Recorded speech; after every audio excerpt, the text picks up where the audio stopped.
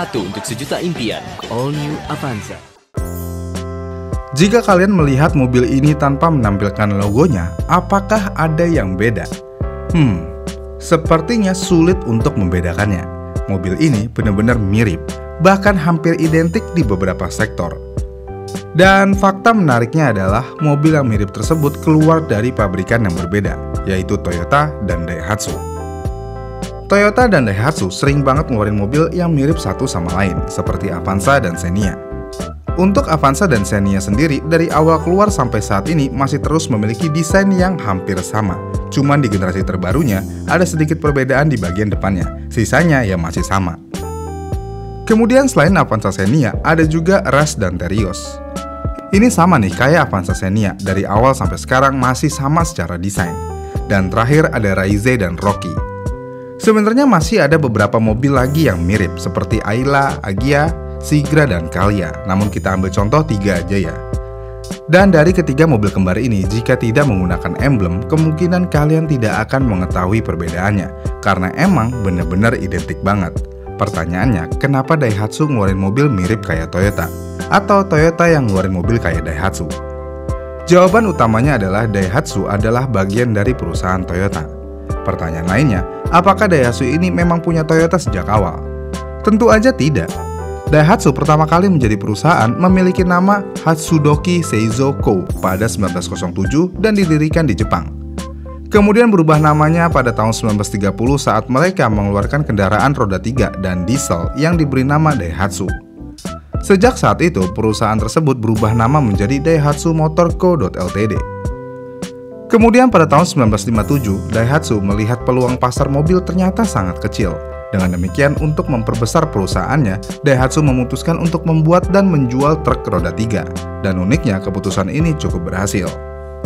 Kemudian tidak sampai di situ aja. Pada tahun 1959, Daihatsu kembali melihat peluang mobil mini pada ekspor Asia, khususnya Thailand.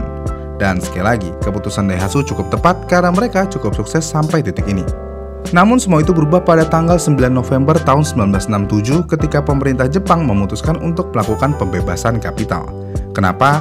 Ya karena persaingan mobil Jepang sangat ketat dan hal ini membuat Presiden Koichi menggabungkan Daihatsu dan Toyota Motor Group.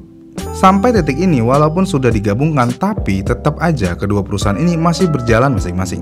Namun semua ini sekali lagi berubah kembali pada tahun 1998, yang mana di tahun tersebut Toyota berhasil mengakuisisi 51% saham Daihatsu untuk mengurangi persaingan terberat. Dengan demikian Daihatsu pun hanya bisa bermain di segmen yang kecil jika ingin dibandingkan dengan Toyota. Sampai suatu titik, Daihatsu akhirnya tidak bisa berbuat banyak yang pada akhirnya oleh Toyota, Daihatsu dibikin menjadi merek global dengan mobil yang menyerupai Toyota, namun dengan harga yang lebih murah. Salah satu visi utama dari Toyota dan Daihatsu adalah Toyota lebih fokus kepada teknologi ramah lingkungan, kenyamanan, dan keselamatan, sedangkan Daihatsu berfokus kepada efisiensi bahan bakar.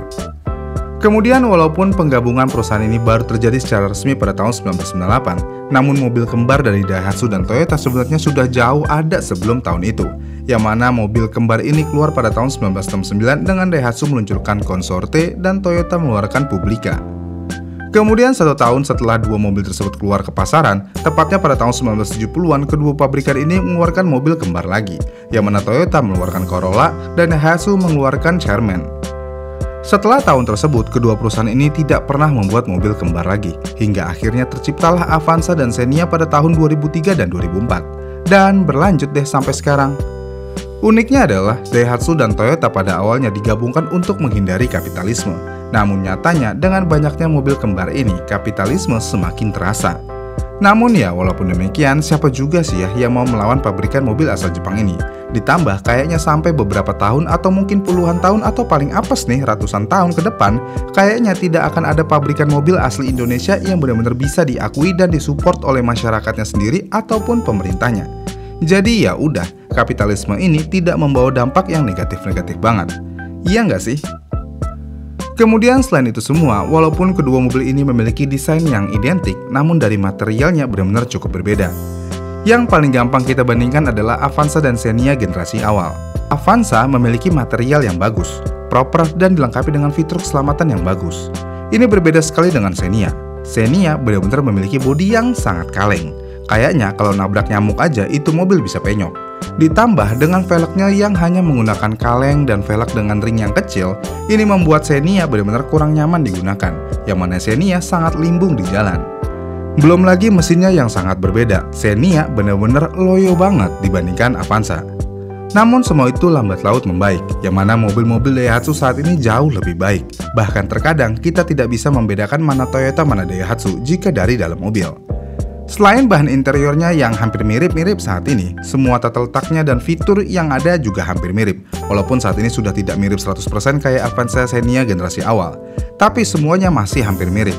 Paling yang beda tata letak knopnya doang, sisanya ya sama. Lalu kalau hampir sama semua, kenapa harganya bisa berbeda cukup jauh? Kita ambil contoh nih, Avanza memiliki harga yang lebih tinggi daripada Xenia. Kenapa ini bisa terjadi?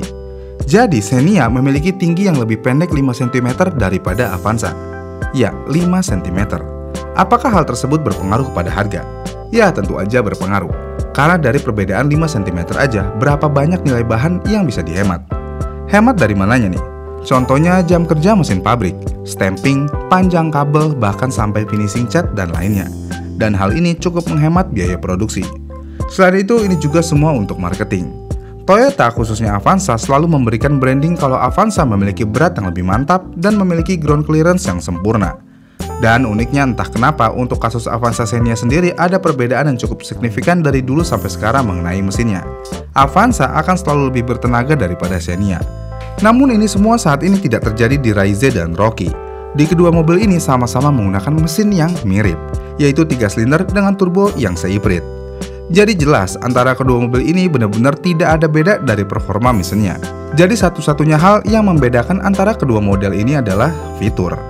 Dengan demikian, dengan tidak adanya perbedaan yang signifikan dari segi material, berarti Toyota berhasil melakukan kapitalis di industri otomotif, yang mana hal ini sebenarnya ya tidak sehat untuk persaingan pasar.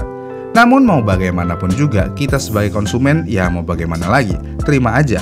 Ya karena itu aja pabrikan mobil asal Jepang, Toyota, Daihatsu, Mitsubishi, dan Nissan.